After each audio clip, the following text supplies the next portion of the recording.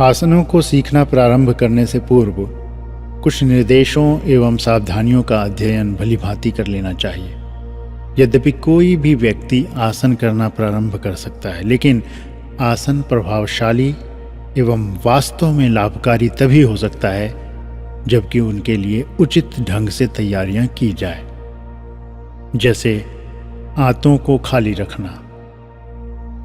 आसनों का अभ्यास करने से पूर्व मूत्राशय और आंतें खाली कर ली जाए तो ठीक रहता है। अगर आपको कब्ज है तो 2-3 गिलास हल्का नमकीन पानी पीकर हठयोग के अंतर्गत शंख प्रक्षालन के खंड में दिए गए आसनों ताड़ासन, क्रियक ताड़ासन, कटी चक्रासन, त्रियक भुजंगासन व उदराकर्षणासन का अभ्यास कर लें। इससे कब्ज में राहत मिलेगी। यदि आराम न मिले तो पवन मुक्तासन का क्रम अवश्य सहायक सिद्ध होगा। हाँ, आसनों से पूर्व प्रतिदिन मलत्याग का एक निश्चित समय अवश्य बना लें। जोर न लगाएं, बल्कि पूरे शरीर को ढीला छोड़ दें। कुछ सप्ताह के बाद आंतें स्वयं प्रतिदिन निश्चित समय पर मल निष्कासन करने लगेंगी। जुलाब आदि से बचें, क्योंकि औषधियों के सेवन से आंतों की स्वाभाविक शक्ति शिथिल हो जाती है। आसन से पहले की दूसरी तैयारी है पेट को खाली रखना। आसन करते समय पेट अवश्य ही खाली रहना चाहिए। इसलिए भोजन लेने के 3-4 घंटे बाद तक आसन नहीं करनी चाहिए। यही कारण है कि प्रातःकाल आसन का करना उचित माना जाता है। इस समय निश्चित रूप से पेट खाली रहता है। तीसरी ध्यान रखने वाली बात है धूप स्नान। लंबे धूप स्नान से शरीर का तापक्रम बढ़ जाता है, अतः धूप स्नान के तुरंत बाद आसन मत कीजिए। चौथी बात, श्वास प्रश्वास। हमेशा नाक से श्वास लीजिए जब तक कि इसके विपरीत कोई विशेष निर्देश न दिए गए हों। विवरण में जिस प्रकार का निर्देश दिया गया है, श्वास को उसी प्रकार आसनों के साथ जोड़िए। पांचवी बात, कंबल। आसनों के अभ्यास के लिए कंबल को 4 परतों में मोड़कर प्रयोग कीजिए।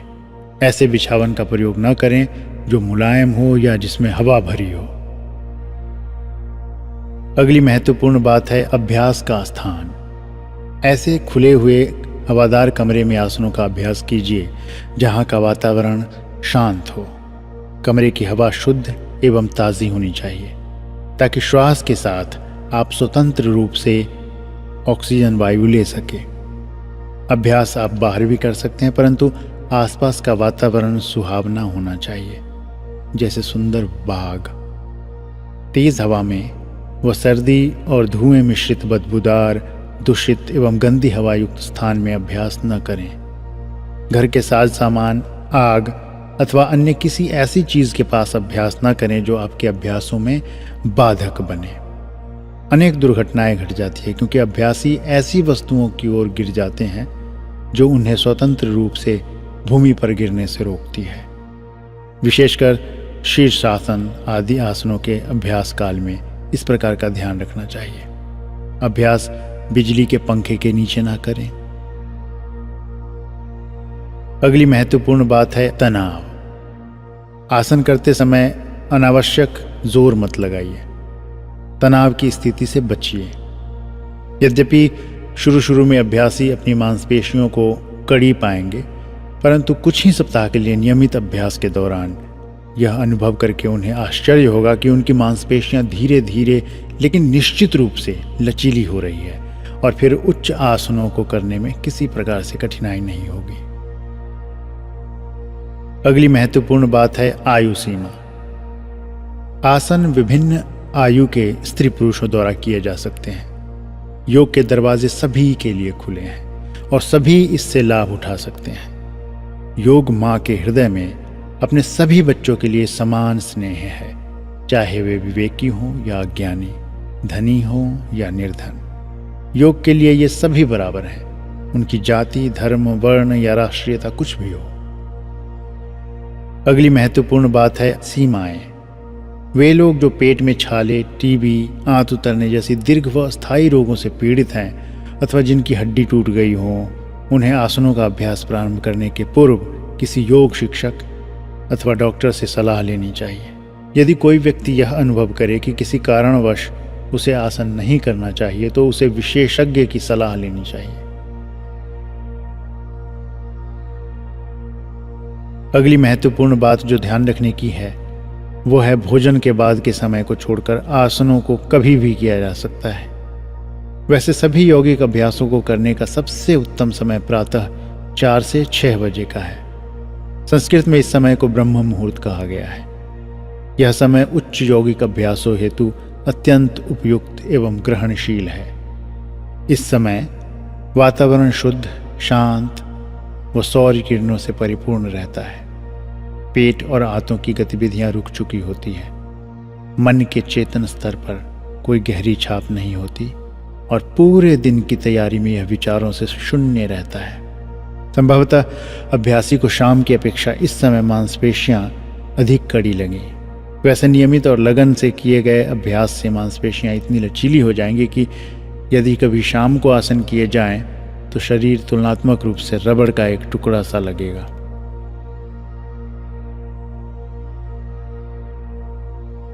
अगली महत्वपूर्ण बात है क्रम। सर्वप्रथम आसन, फिर प्राणायाम और अंत में ध्यान करें। विशेष आसन क्रम के अभ्यास के लिए योग शिक्षक से सलाह लें। अगली महत्वपूर्ण बात है शारीरिक चेतना। आप जब भी आसन करें उन्हें बहुत धीरे धीरे करें और पूरे शरीर के प्रति सचेत रहें। यदि आप दर्द या सुख का अनुभव करें तो बिना किसी प्रतिक्रिया के इस भावना के प्रति केवल सचेत एवं जागरूक रहें। इस प्रकार आप में एकाग्रता की सहन शक्ति विकसित होगी। अगली महत्वपूर्ण बात है वस्त्र। आसन करते समय ढीले, हल्के और आरामदायक वस्त्र धारण करना अधिक सुविधाजनक रहता है। अभ्यास प्रारंभ करने से पूर्व चश्मा, कलाई, घड़ी, आभूषण आदि उतार देने चाहिए। अगली महत्वपूर्ण बात है स्नान। अच्छा होगा कि आसनों से पूर्व शीतल जल से स्नान कर लें।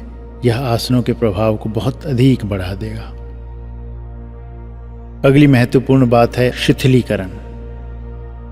आसन करने के पहले और बाद में शवासन करें। शरीर को अधिक से अधिक ढीला एवं तनाव रहित छोड़ने पर ध्यान दें। यदि आसनों के अभ्यास के मध्य में आप थकान का अनुभव करें तो शवासन कर लें। शवासन बड़ा सरल प्रतीत होता है परंतु इसे उचित ढंग से पूर्ण शिथिलीकरण के साथ करना बड़ा कठिन है।